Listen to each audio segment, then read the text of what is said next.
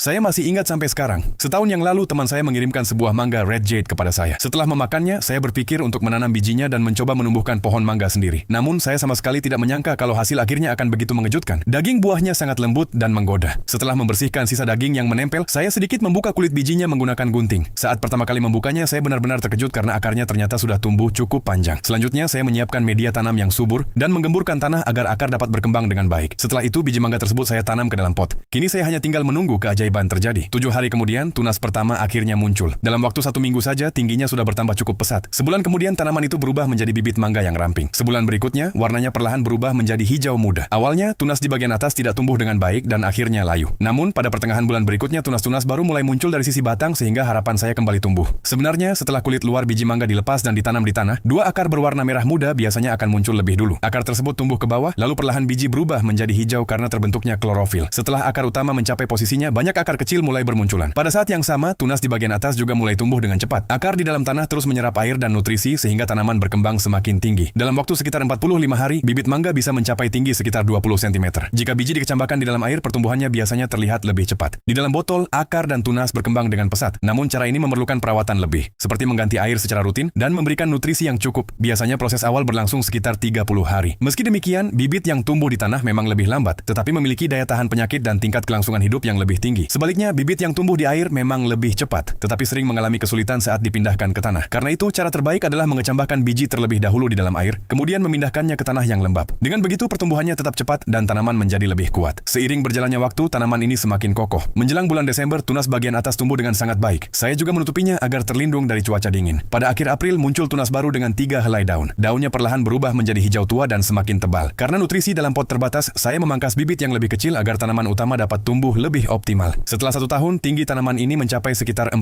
cm. Kondisinya sangat sehat dan kuat. Sempat muncul bercak putih pada batangnya, tetapi saya segera memberikan perawatan sehingga dalam waktu seminggu tanaman itu kembali pulih. Sekarang pohon mangga ini tumbuh dengan sangat baik. Namun jika saya ingin menikmati buahnya sendiri, saya masih harus bersabar menunggu hingga akhir tahun. Kalau kalian ingin melihat part 2 dari perjalanan pohon mangga ini, jangan lupa tekan tombol like, subscribe, dan kunjungi channel ini untuk menonton video lengkapnya.